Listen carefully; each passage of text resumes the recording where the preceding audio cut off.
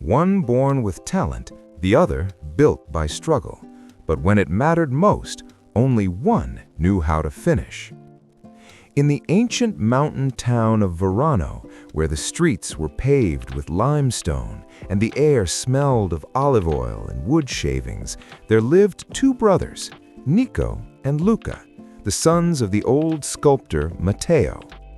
Their father's workshop was on the edge of the village square, and for as long as they could walk, the two boys grew up to the gentle rhythm of chiseling. By the age of 10, it was already clear to every villager who came to admire Matteo's work that his younger son, Nico, had inherited something rare.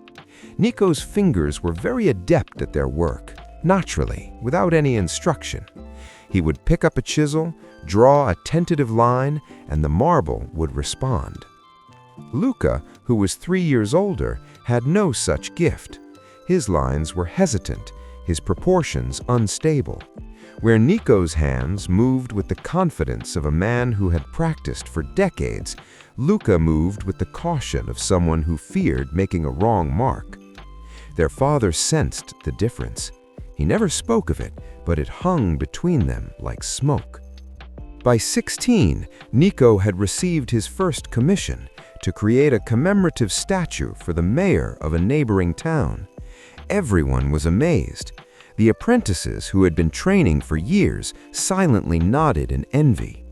The praise came before he had earned it, and he earned it the way a thirsty man drinks water, without thinking about what it cost. He was told to get up in the morning and start practicing. Why, he said, get up before dawn and repeat exercises that he already found easy? When his father asked him to study the old masters, Nico turned him down. I can already see it, he said. My hands know. Meanwhile, Luca woke up every morning before the birds. He lit the lamp in the workshop while the village was still asleep. He made mistakes, and he kept a small leather notebook where he recorded each one. A nose carved too wide, a jaw that didn't catch the light properly, an eye that looked dead instead of alive. He wrote them all down and came back the next morning to try again. Every crack in the stone was a lesson. Every broken block was a page in a book Luca was slowly learning to read. He asked questions that no one else asked. He made 2 trips to the city to see the great sculptures in the cathedral. He didn't go to be impressed. He went to measure, to observe, to understand why these works made people stand up. 10 years passed. A wealthy merchant from the capital came looking for a sculptor to do what the region had seen in a generation, a full-length figure of a woman at the entrance to a new library, representing the spirit of learning. It had to be completed within a year. The merchant had heard of the talented Nico, a boy from the mountain towns, and he sought him out first. Nico accepted with the same easy confidence that had taken him through life. But when he stood before the 7-foot block of white marble and picked up his chisel, something went wrong. The vision in his mind was magnificent, but his hands, relaxed and unchallenged, became unyielding, and then at one point he left the studio for days. He grew frustrated. He blamed the marble. He blamed the light. He blamed the merchant for setting the deadline. In 6 months, the figure was still just a rough outline. There was beauty in it, yes. For the first time in his life, Nico felt the cold distance between his imagination and what he could create. Talent had always closed that distance in advance. It couldn't be like that now. Quietly, without drama, he walked to his brother's door. What do hands remember? Luca stared at the unfinished form for a long time before speaking. He walked slowly around it, resting his palm on its surface and bowing his head. Then he said something that surprised his brother. "It's beautiful, Nico. It's well-boned. You just stopped too soon."